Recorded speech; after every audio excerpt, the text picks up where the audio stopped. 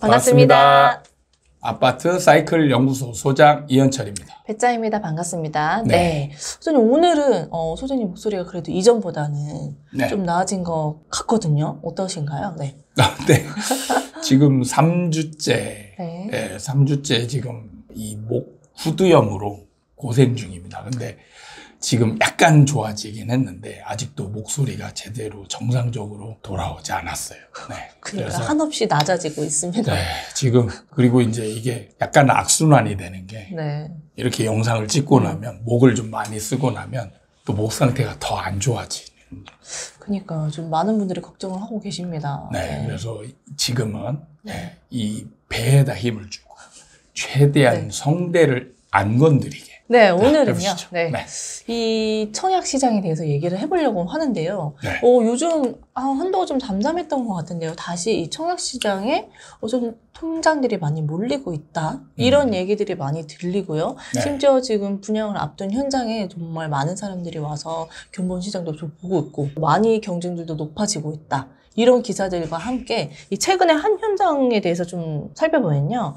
경기도 안양시의 인덕원 퍼스비엘이라는 아파트인데요. 총 14개 동으로 2,180가구 대단지예요. 근데 이 분양가가 2,886만 원으로 좀 비싸다. 약간 너무 분양가 아니냐. 약간 이런 논란이 있었는데 경쟁률이 되게 좀 많았다. 많은 청약 통장들이 몰렸다. 이렇게 하면서 이 현장뿐만 아니라 뭐 경기도 용인에 10여억이 되는 아파트들도 지금 통장에 많이 몰렸고 광명의 10억도 많이 몰렸다. 이렇게 다시 좀 청약 시장이 좀 꿈틀꿈틀거리고 있다. 이런 얘기가 흘러 들어오고 있어요, 소장님. 시장이 다시 좀 올라갈 것 같습니다. 어떻게 생각하시나요? 요즘 청약 시장이 열기가 좀 올라온 거는 맞는 것 같아요. 근데 이제 원인을 좀 살펴봐야 될 게 지금 청약 시장 같은 경우는 분양이 별로 없어요. 그러니까 원자재 값 상승으로 인해 가지고 건설사들이 분양을 못 하고 있어요. 약간 계획된 것도 미루고 있고 네, 맞습니다. 거죠. 지금 분양 현장이 없다 보니까 그러니까 분양이 여러 군데서 열리면은 돈이 이제 분산이 되잖아요. 근데 분양 현장이 많지 않다 보니까 일단 집중되는 현상이 있다라는. 분양 자체가 많이 없기 때문에 집중되고 있다. 그리고 그 열기를 더 이제 불러일으키게 만든 게 이제 분양에 대한 규제들이 거의 대부분 해제가 되었죠. 특히 이제 전매 제한이 해제된 게 굉장히 크다라고 볼 수가 있습니다. 그렇죠. 전매 제한이 몇 년, 수도권은 진짜 몇 년이었잖아요. 전매 제한이 풀리면서 제가 볼 때는 지금 이 청약 넣는 사람들이 실거주는 제가 볼 때 거의 없습니다. 거의 이제 투자 가치로만 본다. 지금 실거주보다는 대부분 청약 당첨되고 초피 노리고 이제 팔려고 하는 사람들. 근데 지금 나오는 분양 현장들을 보면요. 약간 로또 분양이다. 이렇게 할 만큼 싸진 않거든요. 그런데도 사람들이 몰리고 있단 말이에요. 그러니까 이게 이제 뭐냐면 좀 지금 일반 시장의 분위기가 약간 지금 살아나는 반등 흐름이 있잖아요. 그와 맞물려서 아까 말씀드린 것처럼 분양 현장도 적어. 그 다음에 전매 제한 없어. 그러니까 이때 이제 초피 노리고 이렇게 몰려들어서 경쟁률이 높으면 이제 초피가 이렇게 붙어서 거래되는 그런 현장들이 이제 있었잖아요, 옛날에. 이제 이런 걸 노리고 이제 그 청약을 넣는 사람들이 많아진 것이죠. 그럼 소장님 만약 실거주로 접근하는 사람들은 없고 약간 초피, 그러니까 초반에 그냥 팔고 나가려는 사람들이 많다. 그러면 뭔가 손바뀜이 되게 자주 될 것 같은데 이게 그럼 잘 그 사람들이 원하는 대로 형성이 될까요? 아마 근데 쉽지 않을 거예요. 청약을 넣을 때 잘 판단해야 될 게 뭐냐면 과거에는 청약 경쟁률이 높으면 그 다음에는 피가 붙은 거래들이 활발하게 일어났어요. 심지어는 전매 제한이 걸리더라도 불법을 써서라도 어떻게든 거래를 하려고 노력을 했거든요. 근데 지금 같은 경우는 마음이 똑같아요. 초피를 노리고 들어갔단 말이에요. 그러니까 떨어진 사람들이 상승할 거를 기대하고 들어간 게 아니고 초피만 노리고 들어간 거예요. 대부분이. 초피만 노리고 들어간 사람이 예를 들어서 내가 당첨이 됐다면 1,000, 2,000 정도 아니면 뭐 많으면 5,000 정도 받고 팔고 나와야 되겠다. 그러면 수익률이 꽤 짭짤하거든요.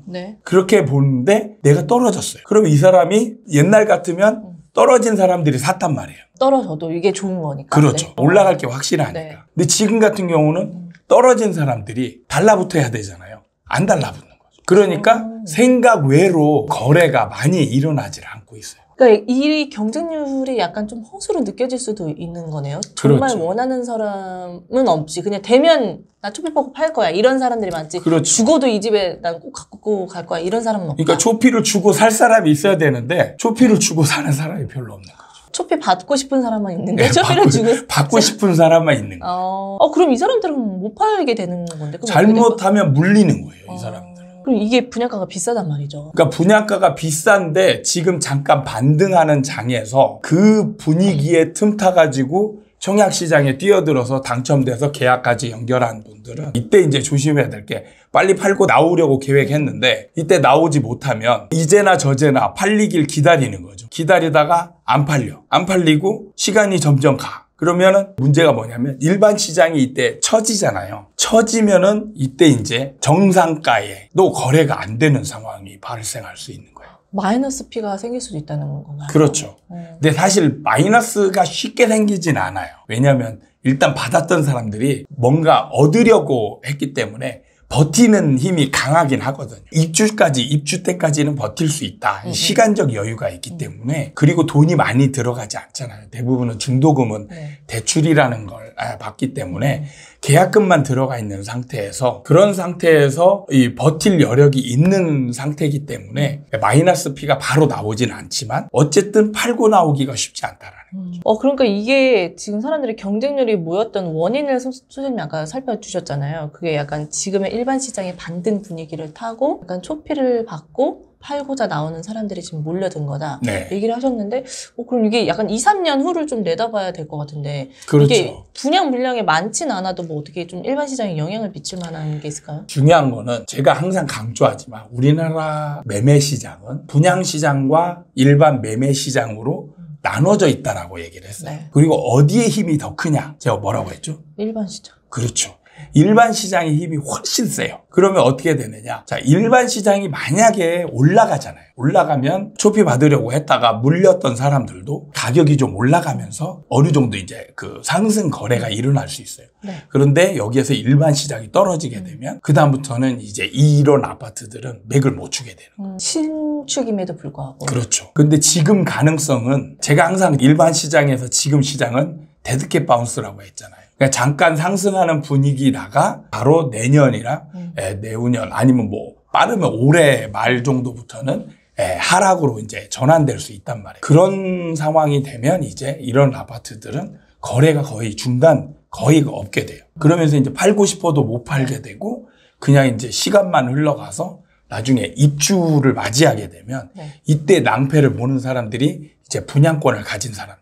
그러니까 이 사람들이 왜 낭패를 보냐면 잔금 준비가 안 돼 있어요, 이 사람들. 그치, 초피만 받고 팔 생각이었으니까 네. 구체적인 계획은 안 짰을 수도 있겠네요. 대부분이 이때 실거주자는 진짜 별로 없어요. 대부분이 거의 50에서 60% 이상이 대부분이 다 중간에 빠져나오려고 계획했던 사람들이기 때문에 이 사람들의 특징이 뭐냐면 잔금 준비가 아예 안 돼 있어요. 그러면 그때 되면 뭐 전세 물량이나 이런 걸로 막 쏟아져 나올 수도 있겠네요. 전세가 문제가 아니고 잔금 준비가 안 돼 있는 사람은 전세를 맞추고 대출을 받아도 잔금을 치를 수가 없어요. 이게 전세로 하려면 이게 상승이 돼야 그만큼 충당이 돼서 그게 되는 건데 그게 안 되면 안 된다는 지금 전세가율이 어마어마하게 낮잖아요. 네. 예를 들어서 지금 평당 지금 거의 3천 가까이 되니까 10억 언저리잖아요. 10억 언저리에 전세가는 5억도 안 돼요. 그러면 지금 내 돈 10% 들어가 있죠. 전세 50% 맞추면 60%밖에 안 되잖아요. 그래도 내 돈이 40%나 있어야 돼요. 4억이 필요한 거네요. 준비가 안 돼 있는 사람들이 이 돈을 어떻게 마련하냐고. 그러면 이때 이제 기존 집을 가지고 있는 사람은 기존 집을 팔아서라도 이제 이걸 해결해 하거나. 그러면 이럴 때 폭락이 시작되는 거예요. 이게 진짜 일반 시장에도 영향을 미친다는 게 이걸 막기 위해서 기존에 있던 집이라던가 뭔가 이런 거에 또 영향을 미치니까 폭락이 더 커질 수도 있어요. 그렇죠. 이게 이제 바로 이런 상황이 나중에 제가 강조했던 입주 미분양하고 비슷한 상황이 되는 거예요. 분양은 다 됐지만 피가 안 팔리고 피가 붙어서 팔리지 않은 상태에서 잔금 준비가 안 된 사람들이 대부분 분양권자예요. 그런 사람들이 입주를 맞이하면 이 사람들은 이제 난감한 상황에 어떻게 할 수가 없죠. 자금을 마련할 방법이 없죠. 그러면 막 이제 분양권을 던지거나 내 집을 던져서라도 빨리 팔아야 돼. 왜냐하면 잔금 기간이라는 게 되게 타이트하게 기간이 주어지기 때문에 맞아요. 네. 요즘은 조금 이제 여유 있게 준다고 하지만 그래도 타이트한 거예요. 어쨌든 기한이 있는 거니까요. 그렇죠. 이게 다른 것 같아요. 이 분양을 바라봤을 때 일반 저 같은 사람은 경쟁률이 얼마냐, 네. 완판 됐냐 안 됐냐, 네. 완판 됐으면 이제 달 된 거 성공적이지 않냐. 네. 이런데 소장님은 완판 경쟁률이 높아도 피가 없는 상황. 네. 그리고 잔금을 맞추지 못한 사람들이 당면한 이런 상황들로 네. 인해서 이 일반 시장에 또 악영향을 미칠 수도 있다. 이렇게 보시는 그러니까 항상 하락시장 끝 무렵에 이런 분양 현장들이 나타나거든요. 그러면서 이런 현장들이 이제 나중에 하락을 주도하게 되는 거예요.